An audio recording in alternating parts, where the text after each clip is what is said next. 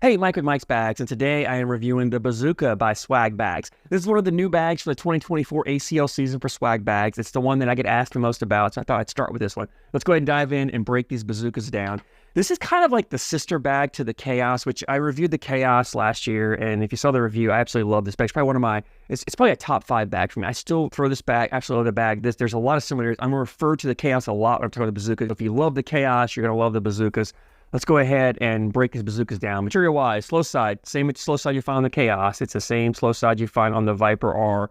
It's a very versatile material. It's hole-friendly, player-friendly. It's a 5-speed. Once it really breaks in, it plays a little quicker, brand new, but once you break it in and you really get the material starting to fuzz up, it gets down to about a 5. It's consistent across board conditions. So if you live in an area where conditions change, you deal with humidity a lot and boards are getting sticky and damp, a lot of bags want to slow down. This material doesn't. It continues to move even in humid conditions.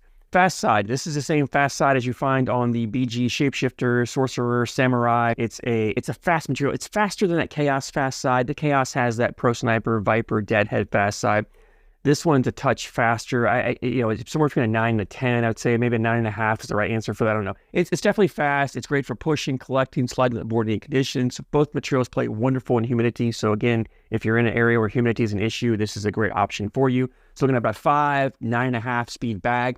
Template-wise, it's a medium template bag, kind of that sweet spot where you're seeing a lot of ACL bags. They don't want to push the limits one to the other. They want to make sure they're within specs. Same template you really find on the Chaos. Again, as I'm referencing that bag, it's not a very full bag, right? You've got some flop here, and these bags are not fully broken. I think they're going to get some more flop to them, but you've got a decent amount of flop, and even the Chaos bags, right? The Chaos, but these bags I've thrown a ton. These bags are pretty floppy. I think this bag's going to the same point. It's a little thinner, and the reason it is so.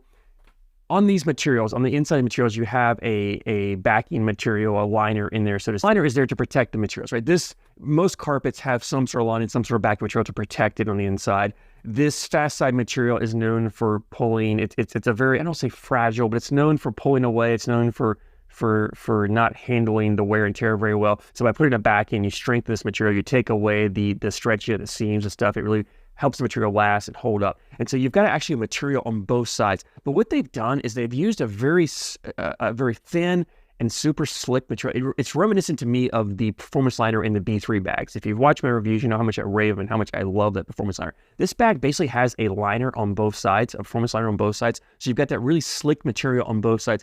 It gives the bag ever so slightly more thickness to it. And that's why I say it's a thin bag, but you add that liner in there and it becomes thicker. Now, what Swag Bags did is they changed the fill a little bit from the Chaos. It's still a mixed fill, but this Bazooka has a little more disc fill, that flat disc fill in here than, say, the Chaos does, to help thin the bag down. So you end up with the same, you end up with that same thickness, that same flop, even though you've got an extra one here. So they kind of balance it out, gives you the same feel as that bag has to it, the same thickness of the bag by it, but they actually put a little more flat disc in there. Now, typically I don't like flat disc. It's my least favorite fill, but I will say, and the reason is because hole friendliness, that flat disc, I just don't like the way it plays around the hole. It tends to hang on the hole more than a bead fill would. So I'm not a fan of it. But when you add this performance liner and you really reduce that friction, the fill against that material, I think it helps a little bit. It adds more hole friendliness to it. So what you're losing with that flat disc fill over the beads, you're gaining on the performance liner and the reduced friction inside. So it may be a trade-off, a kind of even balance. You're losing some here, but you gain some here, and they balance themselves out.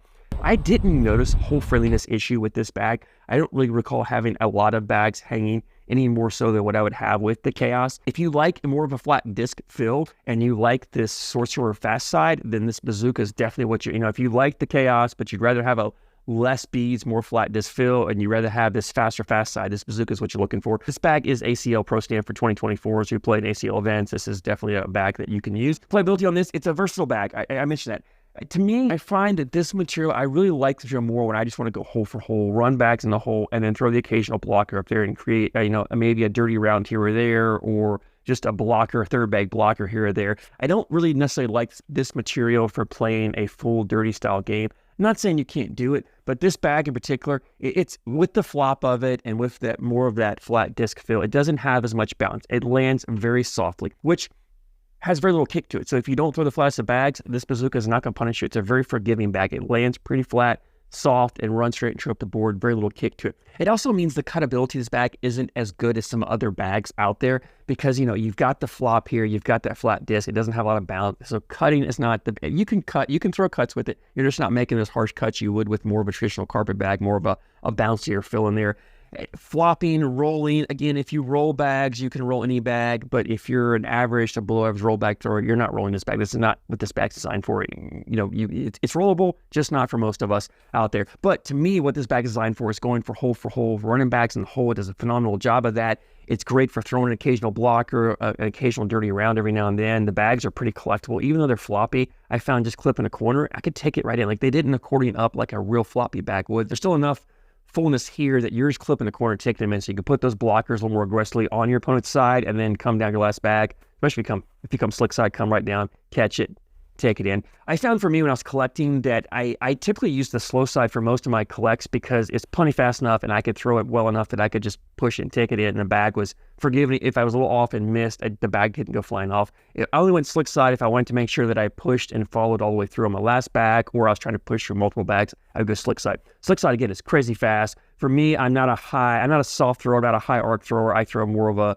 lower trajectory, more of a power thrower. So this fast side is almost too fast for my throw in most conditions. That's why I don't use it a lot. But if you find yourself having a hard time pushing and collecting bags, especially like with the Chaos or Viper or something like that, then this is a great option for you. Because all in all, the playability of the bag, I love the way it plays. The other thing I mentioned too is, and I mentioned the cutability isn't there, the shot shaping isn't there on this bag, but what you get is it's a great get-around bag. If there's a bag out there, your opponent throws a blocker, what I like you to do is step out on this bag, and you can either throw like a slight cut, sneak around, grab that hole, it'll spin around and come back in, or you can throw a bully bag and just bully into their bag, push them out of the way, and take your bag in. The bag is wonderful for playing that get-around style game. So if you're playing against an opponent who throws a dirty style game, puts a lot of blockers up there, this Bazooka is a great option for you because you can get around those bags. The forgiveness around the hole, the bags were wonderful. That landing zone I talk about all the time, it has a wider than normal landing zone because they've got enough flop there. That corner just wants to dip in. You get that bag to go up there, that corner's going to grab in, catch, spin, pull the bag back in if you have enough speed. If you do happen to leave a bag sitting there, it's a little tougher to collect because of, I said, that flat fill, that those flat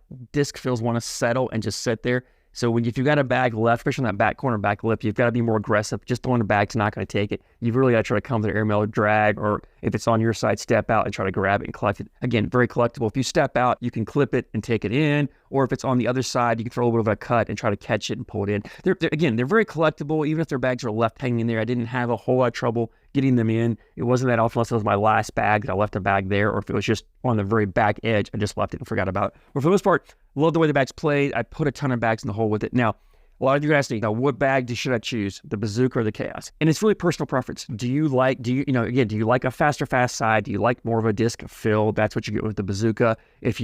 For me, I love this Chaos. This Chaos is one of my top 5 bags that I've ever thrown. I throw it all the time. I don't keep a lot of bags, and I still have this set that I reviewed last year. I love the bag. I still throw it all the time.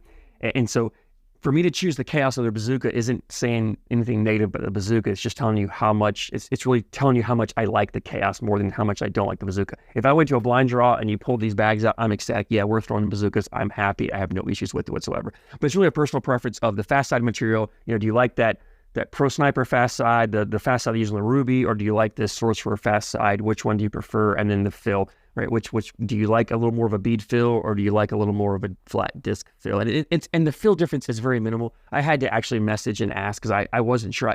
I felt like there was a difference, but I wasn't 100% positive. So it's not a big noticeable difference in the fill. It's just a slight change that if you didn't know the difference, you probably wouldn't notice it. But anyway, leads me to availability, and SwagBags has a website, swagbagscornhole.com. The bags are, as of the recording, have not been released yet, but they will be very soon. You grab yourself a set. They're going to run right about the $85, $90. I think is the price range. The SwagBags runs their bags, so it's on the cheaper side of bags. I think their shipping is like $13. So if they're $85, you get them just under $100 for a set of bags shipped to you, which is a great price. You can't beat that for an ACL stamp bag. So if you get yourself a set of Bazookas and you throw them, I'd love to hear your feedback, what you like, what you don't like. Always love hearing you guys' opinions on bags, and I thank you so much for your support, and I thank you for watching.